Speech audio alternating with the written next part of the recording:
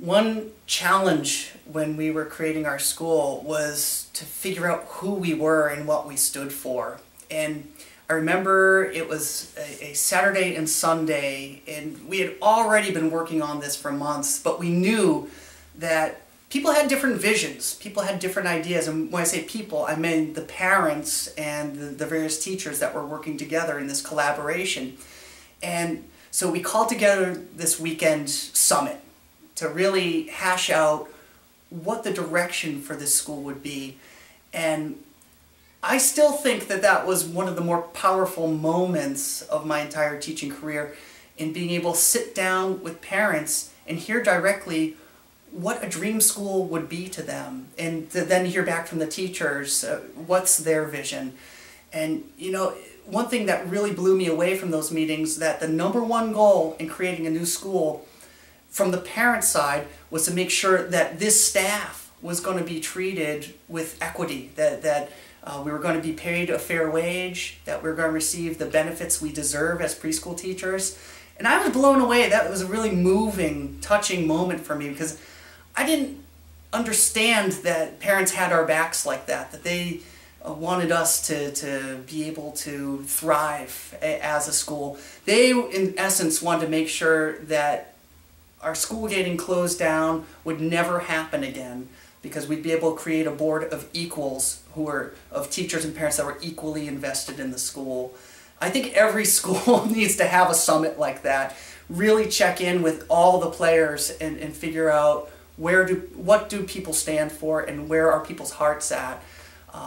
This has been a very cooperative venture that I feel like the parents can take ownership of, because they literally helped create the school from the ground up. And I'm hoping maybe this school will have another summit, you know, every 10 years or so. We're 6 years old now. Maybe, I don't know, anytime we could have a summit. But I think it's important to check in and see if we're still on that pathway together. I think it takes a very special person to get into this work. Let's face it, it's hard. There's long hours, there's high demands. We have to work as effectively with children as we do with their parents, and that takes a lot of unique skill sets. And also, we need to work as effectively with our fellow staff members. And I know that constantly people come to this work with a lot of different vision, but one thing I've learned over my time is that everybody comes to this with one big heart, and that's what holds us together as teachers. You know, we may have different ways we do things, and that could be the source of many petty arguments, but one thing that we can look past is that in spite of our differences, we all have the same commitment to children and their families. That's big, and that will help us through any hardship, anytime. If you want to find and access the true leader you are on your staff, remember that everybody with you is teaching from that same place. They came to this job with that same intention, that same focus, that same love and energy. And if you lose sight of that, just look to your kids, and they're going to show you lessons on the floor. They're going to be teaching you every day in every way how to repair difficult problems and difficult situations, help mend our differences, and find our common similarities that bring us together as that classroom community that we all care about. There we go. Yes.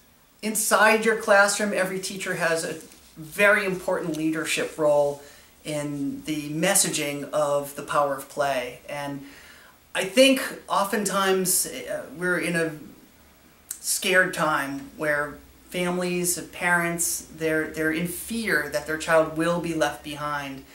That often means that we're going to have to carry the torch of academic learning. That's from their perspective. They think that we need to get children prepared for kindergarten.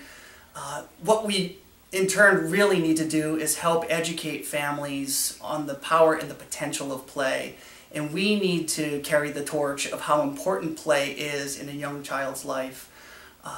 We understand, because we've been working toward that. We know how a child learns and grows, but if we don't make that learning visible to the families, they're not going to understand. And what you do by helping a family member, a grandparent, sometimes it's aunts and uncles even, when you help them understand the power of play, you in turn make them advocates of it. When they truly understand what's going on in the classroom and how a child grows and how important it is for the child's experience and for their next challenges in the academic world of kindergarten, then they can help shape how other people feel about play, and hopefully people will understand that play is the essential way a 4- and 5-year-old child learns and creates concepts and makes sense of this world. So